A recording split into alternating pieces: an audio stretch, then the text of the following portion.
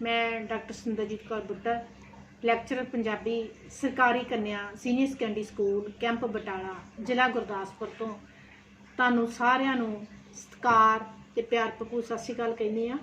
प्यारे बच्चों, अज मैं तुहाडे नाल जिहड़ा पाठ साझा करन जा रही हाँ वो 12वीं जमात लाजमी पंजाबी विचों लिया गया है।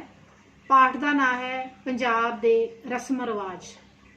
इस पाठ दे विच लेखक ने उन्हां रस्मां रिवाजां की गल की है जदों कि जो बच्चा जन्म लैंदा है उदों तो ही वो रस्मां रिवाज शुरू हो जाते हैं।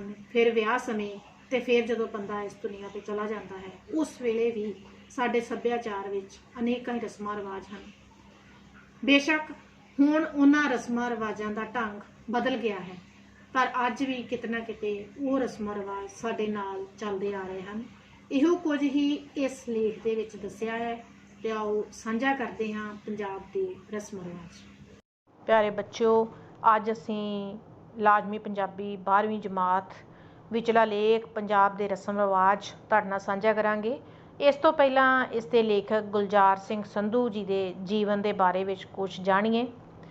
गुलजार सिंह संधू जी का जन्म 27 फरवरी 1935 ईस्वी नूं माता श्रीमती गुरचरण कौर ते पिता सरदार हरी सिंह दे घर पिंड कोटला बडला जिला लुधियाना विखे होया। आप दी विधियक योग्यता MA अंग्रेजी ते आप वख-वख महकमिਆਂ विच अधिकारी पदां ते रहे।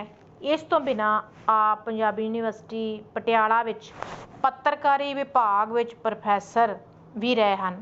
उस तो पहला आप पंजाबी ट्रिब्यून के संपादक रहे, फिर देश सेवक दैनिक अखबार के संपादक भी रहे। आप कहानी लेखक भी हैं।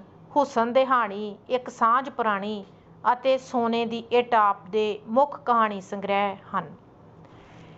ये जिहड़ा पाठ है तुहाडे 11वीं जमात के सिलेबस के विच पंजाब के रस्म रिवाज, इस दे विच आपने जीवन नाटक दीयां मुख झाकियां जन्म विआह ते मरण नाल संबंधित पंजाब के मुख रस्म रिवाज की गल कीती है। तो आओ बच्चों, अज असीं 11वीं जमात दी किताब दे विचला लेख पंजाब दे रस्म रिवाज तुहाडे नाल साझा करदे हां। रस्म रिवाज रौह रीतां ते संस्कार भाईचारक जीवां दे मनां दीयां सिक्कां सदरां ते जज्बिਆਂ ਦੀ ਤਰਜਮਾਨੀ ਕਰਦੇ ਹਨ। ਭਾਈਚਾਰਕ ਜੀਵਾਂ ਦੇ ਜਨਮ ਮਰਨ ਤੇ ਵਿਆਹ ਸ਼ਾਦੀ ਦੇ ਮੌਕੇ ਤੇ ਇਹਨਾਂ ਦਾ ਅਸਲੀ ਰੂਪ ਸਾਹਮਣੇ ਆਉਂਦਾ ਹੈ। ਜੀਵਨ ਨਾਟਕ ਦੀਆਂ ਇਹਨਾਂ ਤਿੰਨਾਂ ਝਾਕੀਆਂ ਦੇ ਰੰਗਮੰਚ ਆਮ ਤੌਰ ਤੇ ਸਾਡੇ ਘਰਾਂ ਦੇ ਵਿਹੜੇ ਹੁੰਦੇ ਹਨ। ਇਹਨਾਂ ਦੇ ਪਾਤਰ ਸਾਡੇ ਦੇਵਤਾ ਹੁੰਦੇ ਹਨ। ਅਗਵਾਈ ਵਾਸਤੇ ਅਸੀਂ ਕਿਸੇ ਪੰਡਤ, ਪੁਰੋਹਿਤ, ਨਾਈ, ਭਾਈ, ਦਾਈ ਜਾਂ ਮੁੱਲਾ ਮੁਲਾਣੇ ਨੂੰ ਸੱਦ ਲੈਂਦੇ ਹਾਂ। ਇਹ ਸੰਸਕਾਰ ਕਿਵੇਂ ਉਪਜੇ, ਇਹਨਾਂ ਦੇ ਪਿੱਛੇ ਕੀ ਮਨੋਰਥ ਕੰਮ ਕਰ ਰਹੇ ਹਨ, ਇਹ ਬੜਾ ਦਿਲਚਸਪ ਵਿਸ਼ਾ ਹੈ। ਮੁੱਢਲੇ ਮਨੁੱਖ ਨੂੰ ਦੈਵੀ ਤਾਕਤਾਂ ਦਾ ਭੈ ਸਾਥੋਂ ਜ਼ਿਆਦਾ ਸੀ। ਬਹੁਤ ਸਾਰੇ ਸੰਸਕਾਰਾਂ ਦਾ ਆਰੰਭ ਇਹਨਾਂ ਦੈਵੀ ਤਾਕਤਾਂ ਨੂੰ ਪਤਿਆਉਣ ਜਾਂ ਰੁਝਾਉਣ ਕਰਕੇ ਹੋਇਆ। ਕੁਝ ਸੰਸਕਾਰ ਖੁਸ਼ੀਆਂ ਦੇ ਪ੍ਰਗਟਾਵੇ ਤੋਂ ਵੀ ਪੈਦਾ ਹੋਏ ਸਿੱਧ ਹੁੰਦੇ ਹਨ। ਮਨੂ ਦੀ ਭਾਈਚਾਰਕ ਵੰਡ ਅਨੁਸਾਰ ਮਨੁੱਖ ਦੇ ਜੀਵਨ ਨੂੰ 4 ਭਾਗਾਂ ਬ੍ਰਹਮਚਰਜ, ਗ੍ਰਸਥ, ਬਾਨਪ੍ਰਸਥ ਤੇ ਸੰਨਿਆਸ ਵਿੱਚ ਵੰਡਿਆ ਗਿਆ ਸੀ ਤੇ ਹਰ ਭਾਗ ਦੇ ਵੱਖ-ਵੱਖ ਸੰਸਕਾਰ ਬੱਝੇ ਹੋਏ ਸਨ। ਇਹਨਾਂ ਦੀ ਮਰਜ਼ਾਦਾ ਵਿੱਚ ਬੱਝੇ ਸਾਡੇ ਵਡਾਰੂ ਰੋਜ਼ਾਨਾ ਜੀਵਨ ਦੀਆਂ ਅਨੇਕਾਂ ਸਮੱਸਿਆਵਾਂ ਦੀ ਚਿੰਤਾ ਦਾ ਭਾਰ ਆਪਣੇ ਮਨ ਉੱਤੇ ਪਾਉਣ ਦੀ ਥਾਂ ਇਹਨਾਂ ਉੱਤੇ ਛੱਡ ਦਿੰਦੇ ਸਨ। ਹੁਣ ਇਹਨਾਂ ਵਿੱਚੋਂ ਬਹੁਤੇ ਸੰਸਕਾਰ ਸਾਡੇ ਭਾਈਚਾਰੇ ਵਿੱਚੋਂ ਲੋਪ ਹੁੰਦੇ ਜਾ ਰਹੇ ਹਨ। ਇਹੋ ਕਾਰਨ ਹੈ ਕਿ ਇਹਨਾਂ ਦੀ ਸਾਂਭ ਸੰਭਾਲ ਤੇ ਵਰਣਨ ਬੜਾ ਜ਼ਰੂਰੀ ਹੋ ਗਿਆ ਹੈ। ਸਾਡੇ ਬਹੁਤੇ ਸੰਸਕਾਰ ਅਗਨੀ, ਪਾਣੀ, ਲੋਹੇ, ਅਨਾਜ ਅਤੇ ਬਿਰਖਾਂ ਦੀਆਂ ਟਾਹਣੀਆਂ ਰਾਹੀਂ ਨੇਪਰੇ ਚੜ੍ਹ ਜਾਂਦੇ ਰਹੇ ਹਨ। ਅਗਨੀ ਚਾਨਣ ਦਾ ਚਿੰਨ੍ਹ ਹੈ, ਪਾਣੀ ਸ਼ੁੱਧਤਾ ਦਾ, ਲੋਹਾ ਬਚਾਅ ਦਾ, ਅਨਾਜ ਚੜ੍ਹਾਵੇ ਦਾ ਅਤੇ ਬਿਰਖ ਦੀ ਟਾਹਣੀ ਜਾਂ ਹਰੀ ਘਾਹ, ਜਿਸ ਨੂੰ ਦੱਬ ਵੀ ਕਹਿੰਦੇ ਹਨ, ਚੰਗੇ ਸ਼ਗਨਾਂ ਦਾ ਸੂਚਕ ਮੰਨਿਆ ਜਾਂਦਾ ਹੈ। ਸਭ ਤੋਂ ਪਹਿਲਾਂ ਅਸੀਂ ਗਰਭ ਸੰਸਕਾਰ ਬਾਰੇ ਗੱਲ ਕਰਦੇ ਹਾਂ। ਪਹਿਲੇ ਸਮੇਂ ਵਿੱਚ ਪ੍ਰੇਤ ਰੂਹਾਂ ਤੋਂ ਬਚਣ ਲਈ ਗਰਭ ਦੇ 3, 5 ਜਾਂ 7ਵੇਂ ਮਹੀਨੇ ਵਿੱਚ ਇਸਤਰੀ ਦੇ ਪੱਲੇ ਨਾਲ ਅਨਾਜ ਬੰਨ੍ਹਿਆ ਜਾਂ ਉਸ ਦੇ ਪੱਲੇ ਪਾਇਆ ਜਾਂਦਾ ਸੀ। ਜੇ ਕੁੜੀ ਸਹੁਰੇ ਘਰ ਹੋਵੇ ਤਾਂ ਇਹ ਅਨਾਜ ਮਾਪੇ ਭੇਜਦੇ ਹਨ।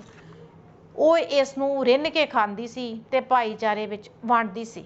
ਇਸ ਸੂਰਤ ਵਿੱਚ ਇਹ ਰਸਮ ਕਰਨ ਵੇਲੇ ਦੋਵੇਂ ਪਤੀ ਪਤਨੀ ਪਤਨੀ ਦੇ ਮਾਪਿਆਂ ਵੱਲੋਂ ਘੱਲੇ ਹੋਏ ਕੱਪੜੇ ਪਹਿਨ ਕੇ ਜਠੇਰਿਆਂ ਦੀ ਪੂਜਾ ਕਰਦੇ ਸਨ। ਪੰਜਾਬ ਵਿੱਚ ਆਮ ਤੌਰ ਤੇ ਪਹਿਲਾ ਬੱਚਾ ਹੋਣ ਸਮੇਂ ਕੁੜੀ ਨੂੰ ਉਸ ਦੇ ਪੇਕੇ ਭੇਜ ਦਿੱਤਾ ਜਾਂਦਾ ਸੀ। ਪੇਕੇ ਭੇਜਣ ਦਾ ਕਾਰਨ ਇਹ ਦੱਸਿਆ ਜਾਂਦਾ ਸੀ ਕਿ ਉਸ ਦੀ ਮਾਂ ਉਸ ਦੀਆਂ ਸਰੀਰਕ ਲੋੜਾਂ ਤੋਂ ਸਹੁਰੇ ਘਰ ਨਾਲੋਂ ਵਧੇਰੇ ਜਾਣੂ ਹੁੰਦੀ ਹੈ। ਇਸ ਲਈ ਆਮ ਕਰਕੇ ਪਹਿਲੇ ਬੱਚੇ ਦਾ ਜਨਮ ਉਸ ਦੇ ਨਾਨਕੇ ਘਰ ਹੁੰਦਾ ਹੈ। ਜਣੇਪੇ ਦੀਆਂ ਰਸਮਾਂ ਵਿੱਚ ਜਣੇਪੇ ਤੋਂ ਪਿੱਛੋਂ ਬੱਚਾ ਤੇ ਜੱਚਾ ਨੂੰ ਧੂਫ ਦਿੱਤੀ ਜਾਂਦੀ ਸੀ ਜਾਂ ਦੀਵਾ ਬਾਲ ਕੇ ਰੱਖਿਆ ਜਾਂਦਾ ਸੀ, ਜਿਹੜਾ 10 ਦਿਨ ਲਗਾਤਾਰ ਜਗਦਾ ਰਹਿੰਦਾ ਸੀ। ਮੁੰਡਾ ਜੰਮਿਆ ਹੋਵੇ ਤਾਂ ਪਿੰਡ ਦੇ ਲਾਗੀ ਅਤੇ ਭਾਈਚਾਰੇ ਦੇ ਹੋਰ ਬੰਦੇ ਵਧਾਈਆਂ ਲੈ ਕੇ ਆ ਜਾਂਦੇ ਸਨ। ਡੱਬ ਨੂੰ ਖੁਸ਼ੀ ਦੇ ਮੌਕੇ ਉੱਤੇ ਵਧਾਈ ਦਾ ਚਿੰਨ੍ਹ ਮੰਨਿਆ ਜਾਂਦਾ ਸੀ। ਵਧਾਈਆਂ ਲੈ ਕੇ ਲਾਗੀਆਂ ਨੂੰ ਸ਼ਰਧਾ ਅਨੁਸਾਰ ਲਾਗ ਤੇ ਭਾਈਚਾਰੇ ਵਿੱਚ ਗੁੜ, ਮਿਸ਼ਰੀ ਜਾਂ ਪਤਾਸੇ ਵੰਡੇ ਜਾਂਦੇ ਸਨ। ਇਹਨਾਂ ਵਿੱਚੋਂ ਕੁਝ ਰੀਤਾਂ ਹਾਲਾਂ ਵੀ ਕਾਇਮ ਹਨ। ਜਨਮ ਤੋਂ ਪਿੱਛੋਂ ਗੁੜਤੀ ਦੀ ਰਸਮ ਮਹੱਤਵਪੂਰਨ ਮੰਨੀ ਜਾਂਦੀ ਸੀ। ਬੱਚੇ ਦੇ ਜਨਮ ਤੋਂ ਇੱਕਦਮ ਬਾਅਦ ਕੋਈ ਚੀਜ਼ ਗੁੜ, ਸ਼ਹਿਦ ਜਾਂ ਦੁੱਧ ਆਦਿ ਉਸ ਦੇ ਮੂੰਹ ਨੂੰ ਲਾਈ ਜਾਂ ਚਟਾਈ ਜਾਂਦੀ ਸੀ। ਉਸ ਰਸਮ ਨੂੰ ਗੁੜਤੀ ਦੇਣਾ ਕਿਹਾ ਜਾਂਦਾ ਸੀ। ਮੰਨਿਆ ਜਾਂਦਾ ਸੀ ਕਿ ਬੱਚੇ ਦਾ ਸੁਭਾਅ ਗੁੜਤੀ ਦੇਣ ਵਾਲੇ ਬੰਦੇ ਦੇ ਸੁਭਾਅ ਜਿਹਾ ਹੀ ਹੋਵੇਗਾ। ਕਈ ਵਾਰੀ ਗਰਭਵਤੀਆਂ ਬੱਚਿਆਂ ਦੇ ਜਨਮ ਤੋਂ ਪਹਿਲਾਂ ਹੀ ਉਸ ਬੰਦੇ ਨੂੰ ਮਨ ਵਿੱਚ ਧਾਰ ਲੈਂਦੀਆਂ ਸਨ ਜਿਸ ਤੋਂ ਉਹਨਾਂ ਨੇ ਗੁੜਤੀ ਦਿਵਾਉਣੀ ਹੁੰਦੀ ਸੀ। ਉਹ ਆਪਣੇ ਬੱਚੇ ਨੂੰ ਉਸੇ ਵਰਗਾ ਬਣਦਾ ਵੇਖਣ ਦੀਆਂ ਚਾਹਵਾਨ ਹੁੰਦੀਆਂ ਸਨ। ਗੁੜਤੀ ਮਿਸ਼ਰੀ ਦੀ ਡਲੀ ਜਾਂ ਕਿਸੇ ਭੇਡ ਬੱਕਰੀ ਦੇ ਦੁੱਧ ਦੀ ਦਿੱਤੀ ਜਾਂਦੀ ਸੀ। ਗੁੜਤੀ ਦੇਣ ਸਮੇਂ ਤੱਕ ਮਾਂ ਆਪਣੇ ਬੱਚੇ ਨੂੰ ਦੁੱਧ ਨਹੀਂ ਸੀ ਚੁਗਾਉਂਦੀ। ਇਹ ਰੀਤ ਕੁਝ ਬਦਲਵੇਂ ਰੂਪ ਵਿੱਚ ਹੁਣ ਤੱਕ ਵੀ ਪ੍ਰਚਲਿਤ ਹੈ। ਜਣੇਪੇ ਤੋਂ 5 ਦਿਨ ਪਿੱਛੋਂ ਪੰਜਵੀਂ ਨਹਾਉਣ ਦੀ ਰੀਤ ਸੀ। ਪੰਜਵੇਂ ਦਿਨ ਮਾਵਾਂ ਪਾਣੀ ਵਿੱਚ ਸਿੰਜੀ, ਮੇਥੀ ਜਾਂ ਵਣ ਦੇ ਪੱਤੇ ਉਬਾਲ ਕੇ ਨਹਾਉਂਦੀਆਂ ਸਨ। ਇਹ ਪੰਜਵੀਂ ਨਹਾਉਣ ਦਾਈ ਕਰਾਉਂਦੀ ਸੀ। ਨਹਾਉਣ ਤੋਂ ਪਹਿਲਾਂ ਉਹ ਮਾਂ ਦੀਆਂ ਤਲੀਆਂ ਥੱਲੇ ਕੁਝ ਨਕਦੀ ਰਖਾ ਲੈਂਦੀ ਸੀ, ਜਿਹੜੀ ਬਾਅਦ ਵਿੱਚ ਉਸ ਨੂੰ ਦੇ ਦਿੱਤੀ ਜਾਂਦੀ ਸੀ। 6ਵੇਂ ਦਿਨ ਚੌਂਕ ਪੂਰ ਕੇ ਮਾਂ ਨੂੰ ਰੋਟੀ ਖਵਾਈ ਜਾਂਦੀ ਸੀ। ਇਸ ਰੀਤ ਨੂੰ ਪੰਜਾਬ ਵਿੱਚ ਛਟੀ ਕਹਿੰਦੇ ਹਨ। ਇਸ ਵੇਲੇ ਮਾਂ ਰੱਜ ਕੇ ਖਾਂਦੀ ਸੀ। ਵਿਸ਼ਵਾਸ ਕੀਤਾ ਜਾਂਦਾ ਸੀ ਕਿ ਉਹ ਜਿੰਨਾ ਨੀਅਤ ਭਰ ਕੇ ਖਾਏਗੀ ਓਨੀ ਹੀ ਉਸ ਦੇ ਬੱਚੇ ਦੀ ਨੀਅਤ ਭਰੀ ਰਹੇਗੀ। ਪੰਜਾਬ ਵਿੱਚ ਬਾਹਰ ਵਧਾਉਣ ਦੀ ਰਸਮ 13ਵੇਂ ਦਿਨ ਕੀਤੀ ਜਾਂਦੀ ਸੀ।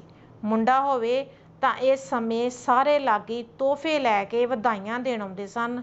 ਮਹਿਰਾ ਮੌਲੀ ਵਿੱਚ ਸ਼ਰੀਂਹ ਦੇ ਪੱਤਿਆਂ ਦਾ ਸਿਹਰਾ, ਤਰਖਾਣ, ਗੁੱਲੀ ਡੰਡਾ, ਮੋਚੀ ਮੌਜੇ, ਘੁਮਿਆਰ, ਨਹਾਉਣ ਵਾਲਾ ਢੋਰਾ ਜਾਂ ਝੱਜਰ ਤੇ ਦਾਈ ਬੱਚੇ ਵਾਸਤੇ ਤੜਾਗੀ ਭੇਟ ਕਰਦੀ ਸੀ। ਇਹਨਾਂ ਤੋਹਫਿਆਂ ਤੇ ਵਧਾਈਆਂ ਦੇ ਬਦਲੇ ਉਹਨਾਂ ਨੂੰ ਬਣਦਾ ਸਰਦਾ ਲਾਗ ਵੀ ਦਿੱਤਾ ਜਾਂਦਾ ਸੀ। ਘਰ ਵਾਲੇ ਲਾਗੀਆਂ ਨੂੰ ਲਾਗ ਦੇ ਕੇ ਭਾਈਚਾਰੇ ਵਿੱਚ ਪਰੋਸੇ ਵੰਡਦੇ ਸਨ। ਸ਼ਾਮ ਨੂੰ ਬੱਚੇ ਦੀ ਮਾਂ ਜਣੇਪੇ ਤੋਂ ਪਿੱਛੋਂ ਪਹਿਲੀ ਵਾਰੀ ਹੱਥ ਵਿੱਚ ਪਾਣੀ ਦੀ ਗੜਵੀ ਲੈ ਕੇ ਬਾਹਰ ਜਾਂਦੀ ਸੀ। ਬਾਹਰੋਂ ਚੰਗੇ ਸ਼ਗਨਾਂ ਵਾਸਤੇ ਉਹ ਹਰਾ ਘਾਹ ਪੁੱਟ ਲਿਆਉਂਦੀ ਸੀ ਅਤੇ ਇਸ ਨੂੰ ਲਿਆ ਕੇ ਆਪਣੇ ਸਿਰਹਾਣੇ ਰੱਖ ਲੈਂਦੀ ਸੀ। ਇਹ ਘਾਹ ਹਰ ਪ੍ਰਕਾਰ ਉਸ ਦੀ ਰਾਖੀ ਕਰਦਾ ਮੰਨਿਆ ਜਾਂਦਾ ਸੀ। ਕੁਝ ਬਦਲਵੇਂ ਰੂਪ ਵਿੱਚ ਇਹ ਰੀਤਾਂ ਅਜੇ ਵੀ ਪ੍ਰਚਲਿਤ ਹਨ। ਮੁੰਡਾ ਹੋਵੇ ਤਾਂ ਬਹੁਤੀ ਥਾਈਂ ਇਸੇ ਦਿਹਾੜੇ ਦਾਦਕਿਆਂ ਨੂੰ ਨਾਈ ਦੇ ਹੱਥ ਡੱਬ, ਖੰਮਣੀ ਤੇ ਗੁੜ ਦੀ ਭੇਲੀ ਭੇਜਦੇ ਹਨ। ਥੋੜ੍ਹਾ ਬਹੁਤ ਸ਼ਗਨ ਬਾਕੀ ਅੰਗਾਂ ਸਾਕਾਂ ਨੂੰ ਵੀ ਭੇਜਿਆ ਜਾਂਦਾ ਹੈ। ਉਹ ਅੱਗੋਂ ਭੇਲੀ ਦੇ ਬਦਲੇ ਆਪਣੀ ਨੂੰਹ ਲਈ ਗਹਿਣੇ, ਕੱਪੜੇ ਅਤੇ ਨਾਈ ਤੇ ਦਾਈ ਨੂੰ ਲਾਗ ਵਜੋਂ ਤਿਉਰ ਆਦਿ ਘੱਲਦੇ ਹਨ। ਉਂਝ ਭੇਲੀ ਪਹੁੰਚਣ ਤੇ ਮੁੰਡੇ ਦੇ ਨਾਨਕਿਆਂ ਵੱਲੋਂ ਛੂਛਕ ਭੇਜਣ ਦਾ ਰਿਵਾਜ ਆਮ ਹੈ। ਮੁੰਡੇ ਦੇ ਜਨਮ ਤੋਂ ਪਿੱਛੋਂ ਆਉਣ ਵਾਲੀ ਲੋਹੜੀ ਉੱਤੇ ਮੁੰਡੇ ਕੁੜੀਆਂ ਭੇਲੀ ਮੰਗ ਕੇ ਖਾਂਦੇ ਹਨ। ਪਰੰਤੂ ਹੁਣ ਕੁੜੀਆਂ ਪ੍ਰਤੀ ਦ੍ਰਿਸ਼ਟੀਕੋਣ ਬਦਲਣ ਕਰਕੇ ਕੁੜੀ ਦੇ ਜਨਮ ਵੇਲੇ ਵੀ ਇਹ ਰੀਤਾਂ ਨਿਭਾਈਆਂ ਜਾਂਦੀਆਂ ਹਨ। ਪੰਜਾਬ ਵਿੱਚ ਨਾਂ ਰੱਖਣ ਵਾਸਤੇ ਕੋਈ ਖਾਸ ਨਾਮ ਸੰਸਕਾਰ ਨਹੀਂ ਮਨਾਇਆ ਜਾਂਦਾ। ਕਈ ਵਾਰੀ ਭਰਾਈ ਜਿਹੜਾ ਨਾਂ ਦੱਸ ਦੇਵੇ ਰੱਖ ਲੈਂਦੇ ਹਨ ਤੇ ਕਈ ਵਾਰੀ ਆਪਣੇ ਆਪਣੇ ਧਾਰਮਿਕ ਗ੍ਰੰਥ ਦਾ ਕੋਈ ਪੰਨਾ ਪਿੰਡ ਦੇ ਗ੍ਰੰਥੀ, ਮੌਲਵੀ ਜਾਂ ਪੰਡਤ ਤੋਂ ਖਲਵਾ ਕੇ ਪੰਨੇ ਦੇ ਪਹਿਲੇ ਅੱਖਰ ਤੋਂ ਕੋਈ ਨਾਂ ਰੱਖ ਲੈਂਦੇ ਹਨ। ਹਿੰਦੂ ਪਰਿਵਾਰਾਂ ਵਿੱਚ ਮੁੰਡਨ ਸੰਸਕਾਰ ਤੀਜੇ ਤੋਂ 5ਵੇਂ ਸਾਲ ਵਿੱਚ ਕੀਤਾ ਜਾਂਦਾ ਹੈ। ਆਮ ਤੌਰ 'ਤੇ ਇਹ ਸੰਸਕਾਰ ਅਜਿਹੇ ਸਥਾਨ ਉੱਤੇ ਕੀਤਾ ਜਾਂਦਾ ਹੈ ਜਿੱਥੋਂ ਵੀ ਬੱਚੇ ਦੇ ਮਾਪਿਆਂ ਨੇ ਸੁੱਖ ਸੁੱਖੀ ਹੋਵੇ। ਮੁੰਡਨ ਤੋਂ ਪਿੱਛੋਂ ਜਨੇਊ ਪਹਿਨਣ ਤੱਕ ਪੰਜਾਬ ਦੇ ਹਿੰਦੂ ਆਮ ਤੌਰ 'ਤੇ ਹੋਰ ਕੋਈ ਵਿਸ਼ੇਸ਼ ਸੰਸਕਾਰ ਨਹੀਂ ਕਰਦੇ। ਜਿਵੇਂ ਹਿੰਦੂ ਜਨੇਊ ਪਹਿਨਦੇ ਹਨ, ਉਸੇ ਤਰ੍ਹਾਂ ਸਿੱਖ ਅੰਮ੍ਰਿਤ ਛਕਦੇ ਹਨ। ਮੋਟੇ ਰੂਪ ਵਿੱਚ ਬਚਪਨ ਤੋਂ ਜਵਾਨੀ ਤੱਕ ਦੇ ਇਹ ਹੀ ਮੁੱਖ ਸੰਸਕਾਰ ਹਨ ਜਿਹੜੇ ਹਿੰਦੂ, ਸਿੱਖ, ਮੁਸਲਮਾਨ ਸਭ ਕਰਦੇ ਹਨ। ਭਾਵੇਂ ਹਰ ਫਿਰਕਾ ਆਪਣੇ ਆਪਣੇ ਧਰਮ ਦੀ ਮਰਜ਼ਾਦਾ ਤੇ ਸ਼ਰ੍ਹਾ ਅਨੁਸਾਰ ਇਹਨਾਂ ਵਿੱਚ ਤਬਦੀਲੀ ਕਰਦਾ ਰਹਿੰਦਾ ਹੈ। ਪਹਿਲੇ ਸਮਿਆਂ ਵਿੱਚ ਇਹ ਸਾਰੇ ਚਾਅ ਮਲ੍ਹਾਰ ਤੇ ਰਸਮਾਂ ਰੀਤਾਂ ਮੁੰਡਿਆਂ ਲਈ ਹੀ ਕੀਤੀਆਂ ਜਾਂਦੀਆਂ ਸਨ। ਧੀ ਜੰਮਦੀ ਸੀ ਤੇ ਮਾਪਿਆਂ ਦੇ ਭਾਅ ਦਾ ਪਹਾੜ ਡਿੱਗ ਪੈਂਦਾ ਸੀ। ਨਾ ਕੋਈ ਵਧਾਈ ਦਿੰਦਾ ਸੀ ਤੇ ਨਾ ਹੀ ਕਿਸੇ ਨੂੰ ਲੱਡੂ ਵੰਡੇ ਜਾਂਦੇ ਸਨ। ਧੀਆਂ ਦਾ ਨਾਮਕਰਨ ਸੰਸਕਾਰ ਵੀ ਕੋਈ ਨਹੀਂ ਸੀ ਹੁੰਦਾ। ਕੰਨ-ਵਿੰਨ ਸੰਸਕਾਰ ਵੀ ਨਾ ਮਾਤਰ ਹੀ ਹੁੰਦਾ ਸੀ। ਕੋਈ ਵਣਜਾਰਾ ਵੰਗਾਂ ਚੜਾਉਣ ਆਵੇ ਤਾਂ ਕੰਨ-ਵਿੰਨ ਦਿੱਤਾ ਜਾਂਦਾ ਸੀ। ਕੁੜੀਆਂ ਉਸ ਨੂੰ ਗੁੜ ਦੀ ਰੋੜੀ ਤੇ ਆਪਣੀ ਮਾਂ ਤੋਂ ਦੁਆਨੀ ਚੁਆਨੀ ਲੈ ਕੇ ਦਿੰਦੀਆਂ ਸਨ। ਪਰ ਹੁਣ ਇਹ ਜਿਹੜਾ ਰਿਵਾਜ ਆ ਇਹ ਬਦਲ ਗਿਆ। ਕੁੜੀਆਂ ਨੂੰ ਵੀ ਬਰਾਬਰ ਦਾ ਹੱਕ ਹੀ ਲਗਭਗ ਮਿਲਣ ਲੱਗ ਪਿਆ। ਮੁੰਡੇ ਕੁੜੀਆਂ ਦੇ ਜਵਾਨ ਹੋਣ 'ਤੇ ਵਿਆਹ ਦੀਆਂ ਰਸਮਾਂ ਦੀ ਲੜੀ ਸ਼ੁਰੂ ਹੋ ਜਾਂਦੀ ਹੈ। ਪਹਿਲਾਂ ਰੋਕਣ ਜਾਂ ਠਾਕਣ ਦੀ ਰਸਮ ਹੁੰਦੀ ਹੈ। ਪਹਿਲੇ ਸਮੇਂ ਵਿੱਚ ਕੁੜੀ ਵਾਲੇ ਨਾਈ ਦੇ ਹੱਥ ਮੁੰਡੇ ਨੂੰ 1 ਰੁਪਈਆ ਭੇਜ ਦਿੰਦੇ ਸਨ, ਜਿਸ ਦਾ ਭਾਵ ਇਹ ਹੁੰਦਾ ਸੀ ਕਿ ਕੁੜਮਾਈ ਜਾਂ ਮੰਗਣੀ ਭਾਵੇਂ ਕਦੀ ਵੀ ਹੋਵੇ, ਨਾਤਾ ਪੱਕਾ ਹੈ। ਪਰ ਹੁਣ ਇਸ ਦੇ ਵੀ ਰੂਪ ਬਦਲ ਰਹੇ ਹਨ। ਵਰ ਲੱਭ ਕੇ ਨਾਤਾ ਤੈਅ ਹੋ ਜਾਣ ਤੋਂ ਪਿੱਛੋਂ ਕੁੜਮਾਈ ਜਾਂ ਸਗਾਈ ਦੀ ਰਸਮ ਹੁੰਦੀ ਹੈ। ਪਹਿਲੇ ਸਮੇਂ ਵਿੱਚ ਕੁੜੀ ਵਾਲੇ ਨਾਈ ਦੇ ਹੱਥ ਖੰਮਣੀ, ਰੁਪਈਆ, 5 ਮਿਸ਼ਰੀ ਦੇ ਕੂਜੇ, 5 ਛੁਹਾਰੇ, ਕੇਸਰ ਆਦਿ ਦੇ ਕੇ ਮੁੰਡੇ ਦੇ ਘਰ ਨੂੰ ਘੱਲ ਦਿੰਦੇ ਸਨ। ਮੁੰਡੇ ਵਾਲਿਆਂ ਨੇ ਰਿਸ਼ਤੇਦਾਰ ਤੇ ਸ਼ਰੀਕੇ ਵਿੱਚ ਸੱਦਾ ਭੇਜਿਆ ਹੁੰਦਾ ਸੀ। ਮੁੰਡੇ ਦੇ ਮਾਮੇ ਤੇ ਪਿਤਾ ਪੰਚਾਇਤ ਦੀ ਹਜ਼ੂਰੀ ਵਿੱਚ ਮੁੰਡੇ ਨੂੰ ਚੌਂਕੀ 'ਤੇ ਬਿਠਾ ਲੈਂਦੇ ਅਤੇ ਨਾਈ ਆਪਣੇ ਨਾਲ ਲਿਆਂਦੀਆਂ ਚੀਜ਼ਾਂ ਉਸ ਦੀ ਝੋਲੀ ਵਿੱਚ ਪਾ ਕੇ ਕੇਸਰ ਦਾ ਟਿੱਕਾ ਉਸ ਦੇ ਮੱਥੇ ਉੱਤੇ ਲਾ ਦਿੰਦਾ। ਕੁੜੀ ਦਾ ਬਾਪ ਜਾਂ ਵਿਚੋਲਾ ਪੱਲੇ ਵਾਲੀਆਂ ਚੀਜ਼ਾਂ ਵਿੱਚੋਂ 1 ਛੁਹਾਰਾ ਤੇ ਮਿਸ਼ਰੀ ਮੁੰਡੇ ਦੇ ਮੂੰਹ ਵਿੱਚ ਪਾ ਦਿੰਦਾ। ਬਾਕੀ ਛੁਹਾਰੇ ਮੁੰਡੇ ਦੇ ਅਜਿਹੇ ਹਾਣੀਆਂ ਨੂੰ ਦਿੱਤੇ ਜਾਂਦੇ ਜਿਨ੍ਹਾਂ ਦੀ ਛੇਤੀ ਹੀ ਮੰਗਣੀ ਹੋਣ ਦੀ ਆਸ ਹੁੰਦੀ। ਮੁੰਡੇ ਵਾਲੇ ਨਾਈ ਦੇ ਹੱਥ ਮੰਗੇਤਰ ਕੁੜੀ ਵਾਸਤੇ ਸੂਟ, ਜੁੱਤੀ, ਗਹਿਣਾ, ਲਾਲ ਪਰਾਂਦੀ, ਮਹਿੰਦੀ, ਮੌਲੀ, ਖੰਡ, ਚੌਲ, ਛੁਹਾਰੇ ਤੇ ਨਕਦੀ ਆਦਿ ਘੱਲਦੇ। ਕੁੜੀ ਆਪਣੇ ਘਰ ਨਹਾ ਧੋ ਕੇ ਮੁੰਡੇ ਦੇ ਘਰਦਿਆਂ ਵੱਲੋਂ ਭੇਜੀ ਜੁੱਤੀ, ਕੱਪੜੇ ਤੇ ਲਾਲ ਪਰਾਂਦੀ ਪਹਿਨ ਕੇ ਚੜ੍ਹਦੇ ਵੱਲ ਮੂੰਹ ਕਰਕੇ ਪੀੜ੍ਹੇ 'ਤੇ ਬੈਠ ਜਾਂਦੀ। ਪਿੰਡ ਦੀ ਨੈਣ ਸਹੁਰਿਆਂ ਦੀ ਭੇਜੀ ਨਕਦੀ ਉਸ ਦੀ ਝੋਲੀ ਵਿੱਚ ਪਾ ਕੇ ਖੰਡ ਤੇ ਛੁਹਾਰਾ ਉਸ ਦੇ ਮੂੰਹ ਵਿੱਚ ਪਾ ਦਿੰਦੀ ਅਤੇ ਇਸ ਤਰ੍ਹਾਂ ਉਸ ਦੀ ਵੀ ਸਗਾਈ ਹੋ ਜਾਂਦੀ। ਲਾਲ ਪਰਾਂਦੀ ਉਸ ਦੀ ਸਗਾਈ ਦੀ ਨਿਸ਼ਾਨੀ ਹੁੰਦੀ ਸੀ। ਇਸ ਨੂੰ ਕੁੜੀ ਓਨਾ ਚਿਰ ਨਹੀਂ ਸੀ ਲਾਉਂਦੀ ਜਿੰਨਾ ਚਿਰ ਕਿ ਇਹ ਟੁੱਟ ਨਹੀਂ ਸੀ ਜਾਂਦੀ। ਸਹੁਰਿਆਂ ਵੱਲੋਂ ਆਏ ਚੌਲ ਉਸ ਨੂੰ ਤੇ ਉਸ ਦੀਆਂ ਕੁਆਰੀਆਂ ਸਹੇਲੀਆਂ ਨੂੰ ਖੁਆਏ ਜਾਂਦੇ। ਥੋੜ੍ਹੇ ਥੋੜ੍ਹੇ ਸ਼ਗਨਾਂ ਦੇ ਚੌਲ ਭਾਈਚਾਰੇ ਵਿੱਚ ਵੀ ਵੰਡੇ ਜਾਂਦੇ। ਮੰਗਣੀ ਨਾਲ ਨਾਤਾ ਪੱਕਾ ਹੋ ਜਾਂਦਾ। ਕੁੜਮਾਈ ਤੋਂ ਵਿਆਹ ਤੱਕ ਹੋਰ ਕੋਈ ਰਸਮ ਨਹੀਂ ਸੀ ਹੁੰਦੀ। ਪਰ ਹੁਣ ਇਸ ਰੀਤ ਦੇ ਵੀ ਰੂਪ ਬਦਲ ਰਹੇ ਹਨ। ਮੰਗਣੀ ਤੋਂ ਪਿੱਛੋਂ ਕਿਸੇ ਸ਼ੁਭ ਮਹੀਨੇ ਦੀ ਤਿਥ ਤੇ ਘੜੀ ਵਿਆਹ ਲਈ ਨੀਅਤ ਕਰ ਲਈ ਜਾਂਦੀ। ਇਸ ਨੂੰ ਸਾਹਾ ਕਢਵਾਉਣਾ ਕਹਿੰਦੇ ਹਨ।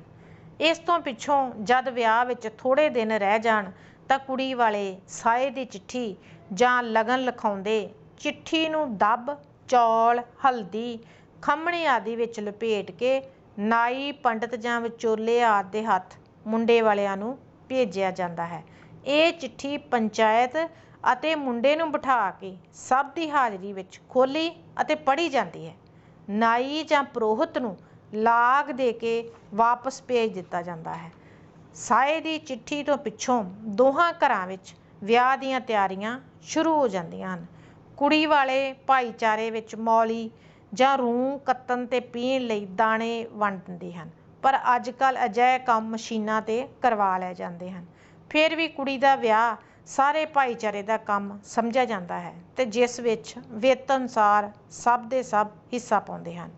ਮੁੰਡੇ ਵਾਲੇ ਵੀ ਆਪਣੇ ਘਰ ਵਰੀ ਆਦਿ ਤਿਆਰ ਕਰਨ ਲੱਗ ਜਾਂਦੇ ਹਨ। ਜਿਸ ਦਿਨ ਤੋਂ ਲਗਨ ਭੇਜ ਦਿੱਤਾ ਜਾਂਦਾ ਹੈ, ਕੁੜੀ ਤੇ ਮੁੰਡੇ ਦਾ ਬਾਹਰ ਨਿਕਲਣਾ, ਕਿਸੇ ਨਾਲ ਹੱਸਣਾ ਬੋਲਣਾ ਤੇ ਕੰਮ ਕਰਨਾ ਮਨਾ ਹੋ ਜਾਂਦਾ ਹੈ। ਇਸ ਨੂੰ ਸਾਏ ਲੱਤ ਬੰਨ੍ਹਣਾ ਜਾਂ ਥੜੇ ਪਾਉਣਾ ਕਹਿੰਦੇ ਹਨ। ਅਜਿਹਾ ਕਿਸੇ ਵੀ ਪ੍ਰਕਾਰ ਦੀ ਦੁਰਘਟਨਾ ਤੋਂ ਬਚਣ ਲਈ ਕੀਤਾ ਜਾਂਦਾ ਹੈ। ਇਸ ਤੋਂ ਪਿੱਛੋਂ 7 ਸੁਹਾਗਣ ਇਸਤਰੀਆਂ ਇਕੱਠੀਆਂ ਕਰਕੇ ਉਹਨਾਂ ਨੂੰ ਗੋੜਾ ਦੇ ਦਿੱਤਾ ਜਾਂਦਾ ਹੈ। ਇਹ 7 ਸੁਹਾਗਣਾਂ ਵਿਆਹ ਦੇ ਹਰ ਕੰਮ ਲਈ ਇਕੱਠੀਆਂ ਹੁੰਦੀਆਂ ਹਨ। ਇੱਕ ਸਮਾਂ ਉਹ ਵੀ ਸੀ ਕਿ ਇਹਨਾਂ ਵਿੱਚੋਂ ਇੱਕ ਵੀ ਘੱਟ ਹੋਵੇ ਤਾਂ ਕੋਈ ਰਸਮ ਸ਼ੁਰੂ ਨਹੀਂ ਸੀ ਹੁੰਦੀ। 7 ਜਾਂ 9 ਦਿਨ ਪਹਿਲਾਂ ਕੜਾਈ ਚੜਾਈ ਜਾਂਦੀ ਸੀ। ਵਿਆਹੁੰਦੜ ਦੀ ਮਾਂ ਇਸ ਕੜਾਈ ਵਿੱਚ ਤਿਆਰ ਕੀਤੇ ਗੁਲਗੁਲੇ ਆਪਣੇ ਪੇਕਿਆਂ ਨੂੰ ਲੈ ਜਾਂਦੀ ਤੇ ਉਹਨਾਂ ਨੂੰ ਵਿਆਹ ਦਾ ਦਿਨ ਦੱਸ ਆਉਂਦੀ। ਉਹ ਨਾਨਕੀ ਸ਼ੱਕ ਦੀ ਤਿਆਰੀ ਕਰਨ ਲੱਗ ਜਾਂਦੇ। ਵਿਆਹ ਤੋਂ ਪਹਿਲਾਂ ਵੱਡੀ ਰੀਤ ਕੇਵਲ ਵਟਣੇ ਜਾਂ ਮਾਹੀਏ ਦੀ ਹੁੰਦੀ ਸੀ। ਬੰਨੜੇ ਜਾਂ ਬੰਨੜੀ ਦੇ ਸਿਰ ਉੱਤੇ 4 ਕੁੜੀਆਂ ਚਾਰੇ ਕੰਨੀਆਂ ਫੜ ਕੇ ਪੀਲੀ ਚਾਦਰ ਦਾ ਚੰਦੋਆ ਤਾਣ ਕੇ ਖੜੀਆਂ ਹੋ ਜਾਂਦੀਆਂ। ਇੱਕ ਠੂਠੀ ਵਿੱਚ ਤੇਲ, ਪਾਣੀ ਤੇ ਹਲਦੀ ਮਿਲਾ ਕੇ ਵਟਣਾ ਤਿਆਰ ਕੀਤਾ ਹੁੰਦਾ। ਇਹ ਵਟਣਾ ਘਾਹ ਦੀ ਗੁੱਟੀ ਨਾਲ ਲਾ ਲਾ ਕੇ ਮੁੰਡੇ ਜਾਂ ਕੁੜੀ ਦੇ ਵਾਲ ਦੀ ਲਿਟ ਨੂੰ ਲਾਇਆ ਜਾਂਦਾ। ਇਸ ਤੋਂ ਪਿੱਛੋਂ ਇਹ ਹੱਥਾਂ, ਪੈਰਾਂ ਤੇ ਚਿਹਰੇ ਤੇ ਦਬ ਦਬ ਕੇ ਮਲਿਆ ਜਾਂਦਾ। ਇਹ ਵਿਆਹ ਵਾਲੇ ਦਿਨ ਤੱਕ ਲੱਗਦਾ ਰਹਿੰਦਾ ਸੀ। ਅਜੋਕੇ ਸਮੇਂ ਵਿੱਚ ਇਸ ਰੀਤ ਵਿੱਚ ਵੀ ਕੁਝ ਤਬਦੀਲੀ ਆ ਗਈ ਹੈ। ਵਿਆਹ ਤੋਂ ਇੱਕ ਦਿਨ ਪਹਿਲਾਂ ਸੱਦੇ ਹੋਏ ਅੰਗ ਸਾਕ ਪਹੁੰਚਣੇ ਸ਼ੁਰੂ ਹੋ ਜਾਂਦੇ। ਸਭ ਤੋਂ ਵਧੇਰੇ ਮੇਲ ਨਾਨਕਿਆਂ ਦਾ ਹੁੰਦਾ ਹੈ, ਜਿਹੜੇ ਆਪਣੀ ਦੋਹਤਰੀ ਜਾਂ ਦੋਹਤਮਾਂ ਲਈ ਗਹਿਣੇ, ਬਿਸਤਰੇ, ਪਲੰਗ, ਬਰਤਨ ਤੇ ਕੱਪੜੇ ਲੀੜੇ ਲੈ ਕੇ ਆਉਂਦੇ ਹਨ। ਇਹ ਵੀ ਆਮ ਹੈ ਕਿ ਮਾਮੇ ਮਾਮੀ ਨੇ ਇੱਕ ਦੂਜੇ ਦਾ ਲੜ ਫੜਿਆ ਹੁੰਦਾ ਹੈ। ਬਾਕੀ ਮੇਲ ਚੋਲ ਕਰਦਾ ਤੇ ਬੰਬੀਹੇ ਬੁਲਾਉਂਦਾ ਪਿੰਡ ਦੀ ਜੂਹ ਵਿੱਚ ਵੜਦਾ ਹੈ। ਵਿਆਹੁੰਦੜ ਦੀ ਮਾਂ ਆਪਣੇ ਭਰਾ ਭਰਜਾਈ ਦੇ ਸਵਾਗਤ ਲਈ ਉਡੀਕ ਕਰ ਰਹੀ ਹੁੰਦੀ ਹੈ। ਦੂਜੇ ਦਿਨ ਚੰਨ ਚੜ੍ਹਨ ਤੋਂ ਪਹਿਲਾਂ ਮੁੰਡੇ ਨੂੰ ਆਖਰੀ ਵਟਣਾ ਮਲ ਕੇ ਨਹਾ ਦਿੰਦੇ ਹਨ। ਨਹਾ ਕੇ ਉਸ ਨੂੰ ਮਾਮੇ ਦੀ ਲਿਆਂਦੀ ਹੋਈ ਪੋਸ਼ਾਕ ਪਹਿਨਾਈ ਜਾਂਦੀ ਹੈ। ਇਸ ਤੋਂ ਪਿੱਛੋਂ ਮੁੰਡੇ ਦੇ ਸਿਰ ਉੱਤੇ ਮੋੜ ਜਾਂ ਮੁਕਟ ਜਾਂ ਮੱਥੇ ਤੇ ਸਿਹਰਾ ਬੰਨ੍ਹ ਦਿੰਦੇ ਹਨ।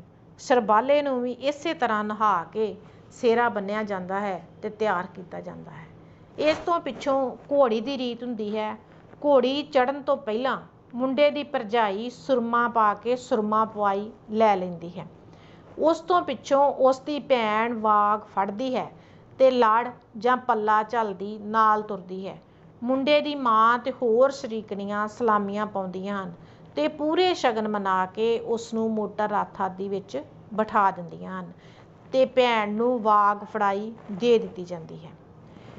ਅੱਗੇ ਵਿਆਹ ਦੀ ਰਸਮ ਸ਼ੁਰੂ ਹੋ ਜਾਂਦੀ ਹੈ ਤੇ ਵਿਆਹ ਵਿੱਚ ਫੇਰਿਆਂ ਦੀ ਰਸਮ ਬਹੁਤ ਮਹੱਤਵਪੂਰਨ ਹੈ, ਕਿਉਂਕਿ ਇਸ ਤੋਂ ਬਿਨਾਂ ਵਿਆਹ ਸੰਪੂਰਨ ਨਹੀਂ ਸਮਝਿਆ ਜਾਂਦਾ। ਪਰ ਇਹਨਾਂ ਰਸਮਾਂ ਵਿੱਚ ਥਾਂ ਥਾਂ ਤੇ ਰਿਵਾਜ ਅਨੁਸਾਰ ਤਬਦੀਲੀ ਕੀਤੀ ਜਾਂਦੀ ਹੈ।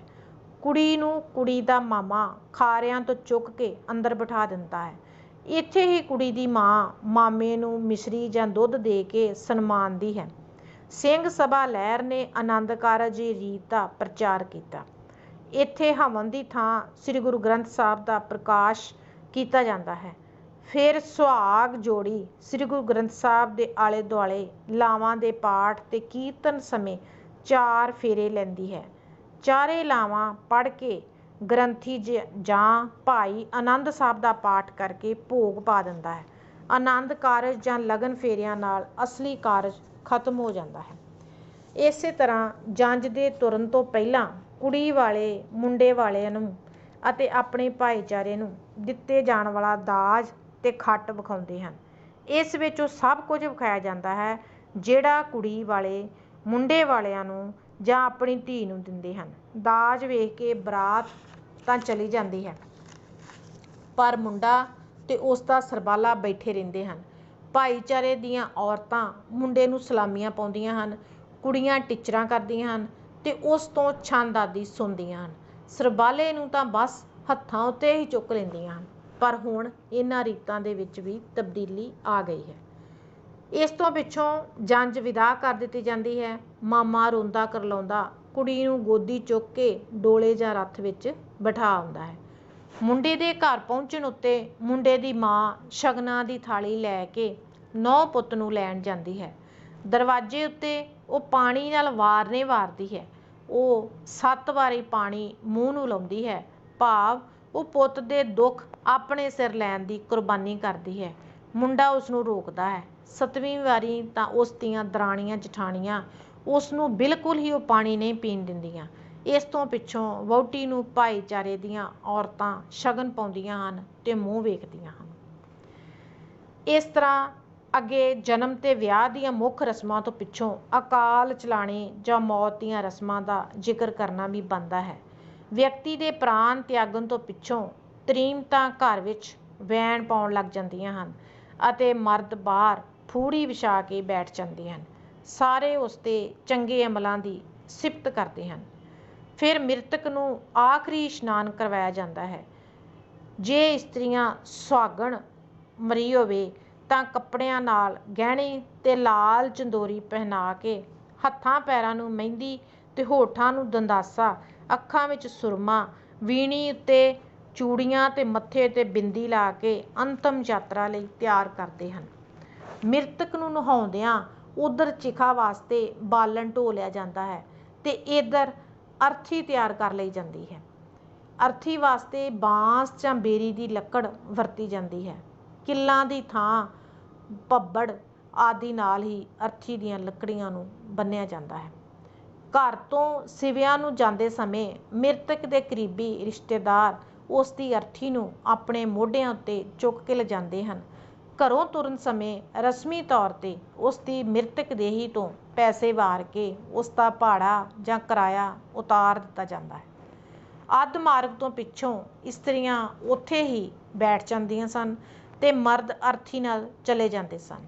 ਪਰ ਅੱਜ ਕੱਲ੍ਹ ਔਰਤਾਂ ਵੀ ਸ਼ਮਸ਼ਾਨ ਘਾਟ ਦੇ ਅੰਦਰ ਤੱਕ ਚਲੀਆਂ ਜਾਂਦੀਆਂ ਹਨ। ਸ਼ਮਸ਼ਾਨ ਭੂਮੀ ਵਿੱਚ ਪਹੁੰਚ ਕੇ ਅਰਥੀ ਲਾ ਲੈਂਦੇ ਹਨ, ਚਿਖਾ ਵਾਸਤੇ ਲੱਕੜੀ ਚਿਣ ਲੈਂਦੇ ਹਨ। ਫਿਰ ਮ੍ਰਿਤਕ ਦੇਹੀ ਨੂੰ ਚਿਖਾ ਉੱਤੇ ਲਿਟਾ ਦਿੱਤਾ ਜਾਂਦਾ ਹੈ। ਇਸ ਤੋਂ ਪਿੱਛੋਂ ਵੱਡਾ ਪੁੱਤਰ ਆਪਣੇ ਹੱਥ ਵਿੱਚ ਲਾਂਬੂ ਲੈ ਕੇ ਸੱਜਿਓਂ ਖੱਬੇ ਨੂੰ ਇੱਕ ਗੇੜਾ ਅਰਥੀ ਦੇ ਦੁਆਲੇ ਕੱਢਦਾ ਹੈ। ਮ੍ਰਿਤਕ ਦੇ ਪੈਰਾਂ ਕੋਲ ਪਹੁੰਚ ਕੇ ਉਹ ਚਿਖਾ ਨੂੰ ਲਾਂਬੂ ਲਾ ਦਿੰਦਾ ਹੈ। ਅੱਗ ਲੱਗ ਜਾਣ ਤੇ ਅਰਥੀ ਨਾਲ ਆਏ ਸਾਰੇ ਆਦਮੀ ਦੂਰ ਜਾ ਕੇ ਖਲੋ ਜਾਂਦੇ ਹਨ। ਜਦ ਚਿਖਾ ਜਲ ਕੇ ਮੁਰਦੇ ਦੀ ਖੋਪਰੀ ਵਿਖਾਈ ਦੇਣ ਲੱਗ ਜਾਵੇ ਤਾਂ ਕੋਈ ਆਦਮੀ ਅਰਥੀ ਦਾ ਇੱਕ ਵੱਡਾ ਡੰਡਾ ਕੱਢ ਕੇ ਮੁਰਦੇ ਦੀ ਖੋਪਰੀ ਠਕੋਰਦਾ ਹੈ ਅਤੇ ਹਥਲਾ ਡੰਡਾ ਚਿਖਾ ਦੇ ਉੱਪਰੋਂ ਲਾਸ਼ ਦੇ ਪੈਰਾਂ ਤੋਂ ਪਾਰ ਸੁੱਟ ਦਿੰਦਾ ਹੈ। ਇਸ ਨੂੰ ਕਪਾਲ ਕਿਰਿਆ ਕਹਿੰਦੇ ਹਨ। ਕਪਾਲ ਕਿਰਿਆ ਤੋਂ ਪਿੱਛੋਂ ਅਰਥੀ ਨਾਲ ਆਏ ਸਾਰੇ ਬੰਦੇ ਚਿਖਾ ਦੇ ਬਾਹਰ ਪਏ ਬਾਲਣ ਦੇ ਤੀਲਿਆਂ ਨੂੰ ਚਿਖਾ ਉੱਤੇ ਸੁੱਟਦੇ ਹਨ ਤੇ ਫਿਰ ਬਿਨਾਂ ਪਛਾਣ ਤੱਕਣ ਤੋਂ ਵਾਪਸ ਤੁਰ ਪੈਂਦੇ ਹਨ। ਸਾਰੇ ਆਦਮੀ ਇਹਨਾਂ ਚਿੰਨ੍ਹਾਂ ਰਾਹੀਂ ਮੁਰਦੇ ਨਾਲ ਆਪਣੇ ਸੰਬੰਧ ਤੋੜਦੇ ਹਨ। ਕਈ ਵਾਰੀ ਡੱਕਾ ਤੋੜਦੇ ਹਨ ਤੇ ਕਈ ਵਾਰੀ ਕੰਡਾ। ਕਈ ਨਿੰਮ ਦੀ ਪੱਤੀ ਚਬਾ ਕੇ ਮਰਨ ਵਾਲੇ ਨੂੰ ਆਪਣੇ ਵਾਸਤੇ ਨਿੰਮੋਂ ਕੌੜਾ ਕਰ ਦਿੰਦੇ ਹਨ ਜਾਂ ਅੱਕ ਦਾ ਦੁੱਧ ਚੋ ਕੇ ਅੱਕੋਂ ਕੌੜਾ। ਰਸਤੇ ਵਿੱਚ ਸਾਰੇ ਸੱਜਣ ਕਿਸੇ ਖੂਹ, ਟੋਭੇ ਜਾਂ ਛੱਪੜ ਉੱਤੇ ਹੋ ਸਕੇ ਤਾਂ ਇਸ਼ਨਾਨ, ਨਹੀਂ ਤਾਂ ਹੱਥ ਮੂੰਹ ਧੋਂਦੇ ਹਨ। ਮੌਤ ਤੋਂ ਤੀਜੇ ਦਿਨ ਮੁਰਦੇ ਦੇ ਫੁੱਲ ਚੁਗਣੇ ਜਾਂਦੇ ਹਨ। ਫੁੱਲਾਂ ਨੂੰ ਹਰਿਦੁਆਰ ਜਾਂ ਕੀਰਤਪੁਰ ਸਾਹਿਬ ਜਲ ਪ੍ਰਵਾਹ ਕੀਤਾ ਜਾਂਦਾ ਹੈ। ਇਸ ਤੋਂ ਪਿੱਛੋਂ ਕੁਝ ਦਿਨ ਦੂਰ ਨੇੜੇ ਦੀਆਂ ਮਕਾਨਾਂ ਆਉਂਦੀਆਂ ਹਨ। ਹੰਗਾਮੇ ਦੇ ਸਮੇਂ ਇੱਕ ਰਸਮ ਦਸਤਾਰਬੰਦੀ ਦੀ ਕੀਤੀ ਜਾਂਦੀ ਹੈ। ਭਾਈਚਾਰੇ ਦੀ ਹਾਜ਼ਰੀ ਵਿੱਚ ਵੱਡਾ ਪੁੱਤਰ ਆਪਣੇ ਸਹੁਰਿਆਂ ਦੀ ਦਿੱਤੀ ਪੱਗ ਬੰਨ੍ਹਦਾ ਹੈ। ਇਸ ਤਰ੍ਹਾਂ ਉਹ ਆਪਣੇ ਪਿਤਾ ਦਾ ਵਾਰਸ ਬਣ ਜਾਂਦਾ ਹੈ। ਜਿੱਥੋਂ ਤੱਕ ਮੁਸਲਿਮ ਭਾਈਚਾਰੇ ਦਾ ਸੰਬੰਧ ਹੈ, ਉਹਨਾਂ ਦੀਆਂ ਰਸਮਾਂ ਦੇ ਵੱਡੇ ਫਰਕ ਹਨ। ਉਹ ਅੰਮ੍ਰਿਤਪਾਨ, ਜਨੇਊ ਦੀ ਥਾਂ ਸੁੰਨਤ ਦੀ ਰਸਮ ਕਰਦੇ ਹਨ ਤੇ ਮੌਤ ਉਪਰੰਤ ਮ੍ਰਿਤਕ ਦੇਹ ਨੂੰ ਅਗਨ ਦੀ ਭੇਂਟ ਕਰਨ ਦੀ ਥਾਂ ਦਫਨਾਉਂਦੇ ਹਨ। ਇਸ ਤਰ੍ਹਾਂ ਜੀਵਨ ਰੂਪੀ ਨਾਟਕ ਦੇ ਆਰੰਭ ਤੋਂ ਅੰਤ ਤੱਕ ਵਿਭਿੰਨ ਰਸਮ ਰਿਵਾਜ ਕੀਤੇ ਜਾਂਦੇ ਹਨ। ਇਹਨਾਂ ਦੀ ਪੂਰਤੀ ਵਿੱਚ ਦਾਈ, ਨਾਈ ਤੇ ਭਾਈ ਕਰਮਵਾਰ ਜਨਮ, ਵਿਆਹ ਤੇ ਮੌਤ ਦੀਆਂ ਰਸਮਾਂ ਵਿੱਚ ਮਹੱਤਵਪੂਰਨ ਭਾਗ ਲੈਂਦੇ ਹਨ। ਸਮੇਂ ਦੀ ਤਬਦੀਲੀ ਨਾਲ ਸਾਰੇ ਰਸਮ ਰਿਵਾਜਾਂ ਵਿੱਚ ਵੀ ਅਨੇਕਾਂ ਹੀ ਤਬਦੀਲੀਆਂ ਆ ਗਈਆਂ ਹਨ। ਪਿਆਰੇ ਬੱਚਿਓ, ਅਸੀਂ ਇਹ ਸਾਰਾ ਲੇਖ ਤੁਹਾਨੂੰ ਸੁਣਾਇਆ ਕਿ ਪੰਜਾਬ ਦੇ ਰਸਮ ਰਿਵਾਜ ਕੀ ਹਨ ਤੇ ਕੀ ਇਹਨਾਂ ਵਿੱਚ ਤਬਦੀਲੀਆਂ ਆਈਆਂ। ਪਿਆਰੇ ਬੱਚਿਓ, ਹੁਣ ਅਸੀਂ ਇਸ ਪਾਠ ਵਿੱਚੋਂ ਜਿਹੜੇ ਬਿਲਕੁਲ ਛੋਟੇ ਪ੍ਰਸ਼ਨ ਆ, ਵਸਤੂਨਿਸ਼ਟ ਪ੍ਰਸ਼ਨ ਆਉਣੇ ਆ, ਉਹ ਤੁਹਾਡੇ ਨਾਲ ਥੋੜ੍ਹੇ ਜਿਹੇ ਸਾਂਝੇ ਕਰਾਂਗੇ। ਜਿਸ ਤਰ੍ਹਾਂ ਆਮ ਹੀ ਪ੍ਰਸ਼ਨ ਆ ਜਾਂਦਾ ਕਿ ਗੁਲਜ਼ਾਰ ਸਿੰਘ ਸੰਧੂ ਦਾ ਲਿਖਿਆ ਲੇਖ ਕਿਹੜਾ ਹੈ, ਤਾਂ ਤੁਸੀਂ ਕੀ ਉੱਤਰ ਦਿਓਗੇ? ਪੰਜਾਬ ਦੇ ਰਸਮ ਰਿਵਾਜ। ਜਾਂ ਇਸ ਤਰ੍ਹਾਂ ਪ੍ਰਸ਼ਨ ਆ ਜਾਂਦਾ ਕਿ ਪੰਜਾਬ ਦੇ ਰਸਮ ਰਿਵਾਜ ਲੇਖ ਕਿਸ ਦੀ ਰਚਨਾ ਹੈ, ਤੇ ਤੁਹਾਡਾ ਕੀ ਉੱਤਰ ਹੋਏਗਾ? ਗੁਲਜ਼ਾਰ ਸਿੰਘ ਸੰਧੂ ਦੀ। ਭਾਈਚਾਰਕ ਜੀਵਾਂ ਦੇ ਮਨਾਂ ਦੀਆਂ ਸਿੱਕਾਂ, ਸਦਰਾਂ ਤੇ ਜਜ਼ਬਿਆਂ ਦੀ ਤਰਜਮਾਨੀ ਕੌਣ ਕਰਦਾ ਹੈ? ਕੌਣ ਕਰਦਾ? ਰਸਮ ਰਿਵਾਜ ਜਾਂ ਰੋਹ ਰੀਤਾਂ ਕਹਿ ਲਓ। ਪੰਜਾਬ ਦੇ ਰਸਮ ਰਿਵਾਜ ਲੇਖ ਦੇ ਆਧਾਰ ਤੇ ਦੱਸੋ ਕਿ ਜੀਵਨ ਨਾਟਕ ਦੀਆਂ ਝਾਕੀਆਂ ਦੇ ਰੰਗਮੰਚ ਆਮ ਤੌਰ ਤੇ ਕਿਹੜੇ ਹੁੰਦੇ ਹਨ? ਕਿਹੜੇ ਹੁੰਦੇ ਆ? ਜਨਮ ਦੇ, ਵਿਆਹ ਤੇ ਮੌਤ ਦੇ। ਮੁੱਢਲੇ ਮਨੁੱਖ ਨੂੰ ਅਜੋਕੇ ਮਨੁੱਖ ਨਾਲੋਂ ਕਿਸ ਦਾ ਭੈ ਵਧੇਰੇ ਸੀ? ਮੁੱਢਲੇ ਮਨੁੱਖ ਦਾ ਜਾਂ ਅਜੋਕੇ ਮਨੁੱਖ ਦਾ?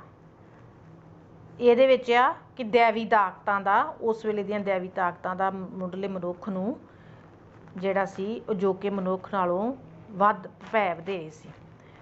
ਅੱਗੇ ਪ੍ਰਸ਼ਨ ਵੇਖੋ, ਪਾਣੀ ਕਾਹਦਾ ਚਿੰਨ੍ਹ ਹੈ? ਸ਼ੁੱਧਤਾ ਦਾ, ਬਚਾਓ ਦਾ, ਚੜਾਵੇ ਦਾ ਕਿ ਸ਼ਗਨਾਂ ਦਾ? ਇਹਦਾ ਕੀ ਉੱਤਰ ਹੋਏਗਾ? ਸ਼ੁੱਧਤਾ ਦਾ। ਬਚਾਓ ਦਾ ਚਿੰਨ੍ਹ ਕਿਹੜੀ ਚੀਜ਼ ਹੈ? ਪਾਣੀ ਆ, ਲੋਹਾ, ਆਵਾਜ਼ ਕਿ ਦੁੱਧ? ਤੇ ਤੁਹਾਡਾ ਕੀ ਉੱਤਰ ਹੋਏਗਾ? ਲੋਹਾ। ਪੰਜਾਬ ਦੇ ਰਸਮਾਂ ਰਿਵਾਜਾਂ ਦੀ ਸੰਭਾਲ ਕਰਨਾ ਕਿਉਂ ਜ਼ਰੂਰੀ ਹੋ ਗਿਆ ਹੈ? ਅਲੋਪ ਹੋਣ ਦੇ ਡਰ ਕਾਰਨ, ਵਿਗਾੜ ਪੈਦਾ ਹੋਣ ਕਾਰਨ, ਪੁਰਾਣੇ ਹੋਣ ਕਾਰਨ, ਨਵੀਨੀਕਰਨ ਲਈ? ਅਲੋਪ ਹੋਣ ਦੇ ਡਰ ਕਾਰਨ। ਅਗਲਾ ਵੇਖੋ ਪ੍ਰਸ਼ਨ, ਚੰਗੇ ਸ਼ਗਨਾਂ ਦੀ ਸੂਚਕ ਕਿਹੜੀ ਚੀਜ਼ ਹੈ? ਪਾਣੀ ਆ, ਲੋਹਾ, ਅਨਾਜ ਜਾਂ ਦੁੱਧ? ਇਹ ਕਿਹੜੀ ਚੀਜ਼ ਆ? ਦੁੱਧ। ਬੱਚੇ ਦੇ ਜਨਮ ਤੋਂ ਬਾਅਦ ਕਿਹੜੀਆਂ ਦੋ ਰਸਮਾਂ ਕੀਤੀਆਂ ਜਾਂਦੀਆਂ ਹਨ? ਗੁੜਤੀ ਤੇ ਛਟੀ? ਗੁੜਤੀ ਤੇ ਠਾਕਾ? ਛਟੀ ਤੇ ਠਾਕਾ? ਠਾਕਾ ਤੇ ਲਾਵਾਂ? ਕਿਹੜੀ ਕੀਤੀ ਜਾਂਦੀ ਆ? ਗੁੜਤੀ ਤੇ ਛਟੀ। ਜਣੇਪੇ ਤੋਂ ਕਿੰਨੇ ਦਿਨ ਮਗਰੋਂ ਬਾਹਰ ਵਧਾਉਣ ਦੀ ਰਸਮ ਹੁੰਦੀ ਹੈ? 10ਵੇਂ ਤੇ, 12ਵੇਂ ਤੇ, 13ਵੇਂ ਤੇ ਜਾਂ 14ਵੇਂ ਤੇ? ਤੇ ਤੁਹਾਡਾ ਉੱਤਰ ਕੀ ਹੋਏਗਾ? 13ਵੇਂ ਤੇ। ਮੁੰਡਨ ਤੇ ਜਨੇਊ ਪਹਿਨਣ ਦਾ ਸੰਸਕਾਰ ਕਿਹੜੇ ਧਰਮ ਵਿੱਚ ਕੀਤਾ ਜਾਂਦਾ ਹੈ? ਸਿੱਖ ਧਰਮ ਵਿੱਚ, ਈਸਾਈ ਧਰਮ ਵਿੱਚ, ਹਿੰਦੂ ਧਰਮ ਵਿੱਚ ਕਿ ਮੁਸਲਮਾਨ ਧਰਮ ਵਿੱਚ? ਤੇ ਤੁਹਾਡਾ ਉੱਤਰ ਹੋਏਗਾ ਹਿੰਦੂ ਧਰਮ ਵਿੱਚ। ਹਿੰਦੂ ਪਰਿਵਾਰਾਂ ਵਿੱਚ ਬੱਚੇ ਦਾ ਮੁੰਡਨ ਸੰਸਕਾਰ ਕਦੋਂ ਕੀਤਾ ਜਾਂਦਾ ਹੈ? 3 ਤੋਂ 5ਵੇਂ ਵਰ੍ਹੇ ਵਿੱਚ। ਕਿਸ ਧਰਮ ਵਿੱਚ ਅੰਮ੍ਰਿਤ ਛਕਾਇਆ ਜਾਂਦਾ ਹੈ? ਤੁਹਾਨੂੰ ਚੋਇਸ ਆ ਜਾਏਗੀ ਵੀ ਵੱਖ-ਵੱਖ ਜਿਹੜੇ ਪ੍ਰਸ਼ਨ ਉੱਤਰ ਦੱਸੇ ਹੋਣਗੇ, ਸਿੱਖ, ਹਿੰਦੂ, ਮੁਸਲਮ ਕਿ ਈਸਾਈ? ਤੇ ਤੁਹਾਡਾ ਉੱਤਰ ਹੋਏਗਾ ਸਿੱਖ। ਵਿਆਹ ਤੋਂ ਪਹਿਲਾਂ ਵੱਡੀ ਰੀਤ ਕਿਹੜੀ ਹੁੰਦੀ ਹੈ? ਵਿਆਹ ਸ਼ੁਰੂ ਹੋਣ ਤੋਂ ਪਹਿਲਾਂ ਵਟਣੇ ਜਾਂ ਮਾਹੀਏ ਦੀ ਜਿਹੜੀ ਵੱਡੀ ਰੀਤ ਆ ਹੁੰਦੀ ਹੈ। ਵਰੀ ਕਿਸ ਦੇ ਘਰ ਤਿਆਰ ਕੀਤੀ ਜਾਂਦੀ ਹੈ? ਮੁੰਡੇ ਵਾਲਿਆਂ ਦੇ ਘਰ। ਨਾਨਕੀ ਸ਼ੱਕ ਦੀ ਤਿਆਰੀ ਕੌਣ ਕਰਦਾ ਹੈ? ਨਾਨਕੇ। ਵਿਆਹ ਤੋਂ ਕਿੰਨੇ ਦਿਨ ਪਹਿਲਾਂ ਕੜਾਈ ਚੜਾਈ ਜਾਂਦੀ ਹੈ? 7 ਜਾਂ 9 ਦਿਨ। ਘੋੜੀ ਦੀ ਵਾਗ ਕੌਣ ਫੜਦਾ ਹੈ? ਭੈਣ। ਕੌਣ ਬੰਬੀਹਾ ਬੁਲਾਉਂਦਾ ਹੋਇਆ ਪਿੰਡ ਦੀ ਜੂਹ ਵਿੱਚ ਵੜਦਾ ਹੈ? ਕੌਣ ਵੜਦਾ? ਨਾਨਕਾ ਮੇਲ। ਆਨੰਦ ਕਾਰਜ ਦੀ ਰੀਤ ਦਾ ਪ੍ਰਚਾਰ ਕਿਸ ਨੇ ਕੀਤਾ? ਸਿੰਘ ਸਭਾ ਲਹਿਰ ਨੇ। ਅੱਗੇ ਵੇਖੋ, ਫੇਰਿਆਂ ਤੋਂ ਮਗਰੋਂ ਕਿਹੜੀ ਰਸਮ ਹੁੰਦੀ ਹੈ? ਵਰੀ ਦੀ। ਮ੍ਰਿਤਕ ਦੀ ਚਿਤਾ ਨੂੰ ਲਾਂਬੂ ਕੌਣ ਲਾਉਂਦਾ ਹੈ? ਵੱਡਾ ਪੁੱਤਰ। ਬੰਦੇ ਦੇ ਮਰਨ ਉੱਤੇ ਮਰਦ ਕਿੱਥੇ ਬੈਠਦੇ ਹਨ? ਫੂੜੀ ਵਿਛਾ ਕੇ। ਦਸਤਾਰਬੰਦੀ ਦੀ ਰਸਮ ਕਿਸ ਦਿਨ ਕੀਤੀ ਜਾਂਦੀ ਹੈ? ਹੰਗਾਮੇ ਦੇ ਦਿਨ। ਹੰਗਾਮੇ ਸਮੇਂ ਕਿਹੜੀ ਰਸਮ ਕੀਤੀ ਜਾਂਦੀ ਹੈ? ਦਸਤਾਰਬੰਦੀ ਦੀ। ਇਸੇ ਤਰ੍ਹਾਂ ਬੱਚਿਓ, ਕੁਝ ਪ੍ਰਸ਼ਨ ਤੁਹਾਨੂੰ ਜਿਹੜੇ ਆ ਹਾਂ ਜਾਂ ਨਾ ਵਿੱਚ ਜਵਾਬ ਦੇਣ ਵਾਲੇ ਵੀ ਵਿੱਚ ਆਉਣਗੇ। ਪਿਆਰੇ ਬੱਚਿਓ, ਅੱਜ ਅਸੀਂ ਤੁਹਾਡੇ ਨਾਲ ਪਾਠ ਸਾਂਝਾ ਕੀਤਾ ਪੰਜਾਬ ਦੇ ਰਸਮ ਰਿਵਾਜ। ਮੈਂ ਆਸ ਕਰਦੀ ਹਾਂ ਕਿ ਤੁਹਾਨੂੰ ਇਹ ਪਾਠ ਬਹੁਤ ਵਧੀਆ ਤਰੀਕੇ ਦੇ ਨਾਲ ਸਮਝ ਲੱਗ ਗਿਆ ਹੋਵੇਗਾ। ਧੰਨਵਾਦ।